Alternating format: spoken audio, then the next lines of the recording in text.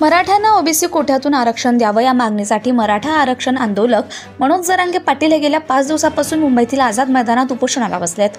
पोलिसांकडून जरांगे पाटील आणि त्यांच्या सहकाऱ्यांना अटी शर्तींसह आंदोलनास परवानगी देण्यात आली होती, परंतु या आंदोलनात नियमांची पायमल्ली होत असल्याचं सांगत काल मुंबई हायकोर्टाने आंदोलकांनी व्यापलेले दक्षिण मुंबईतील रस्ते रिकामे करण्याचे आदेश दिल्यानंतर आता मुंबई पोलिसांनीही जरांगे यांना नोटीस बजावल्याची माहिती समोर आली आहे। आम्ही दिलेले नियम पाळले जात असल्याचं सांगत मुंबई पोलिसांनी जरांगे पाटील आणि त्यांच्या कोर कमिटीला आझाद मैदान रिकामं करण्यासाठी नोटीस बजावल्याची माहिती आहे। दरम्यान आंदोलकांनी मनोज जरांगे पाटील आमचं कोर्ट आहे, त्यांनी सांगितलं तर मुंबई खाली करू असा पवित्रा घेतलाय।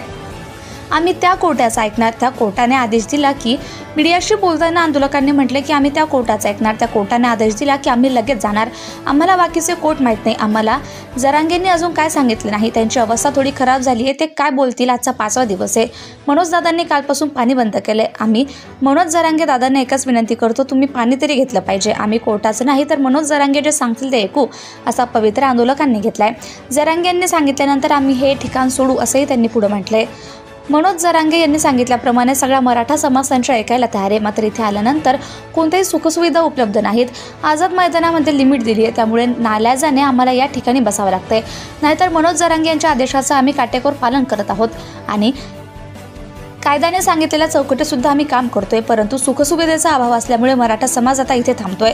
बाहेर पावसाचं वातावरण आहे, त्यामुळे आम्हाला नाईलाजाने फुटपाथवर अशा ठिकाणी आश्रय घ्यावा लागतोय, असंही आंदोलकांनी बोलताना सांगितलं।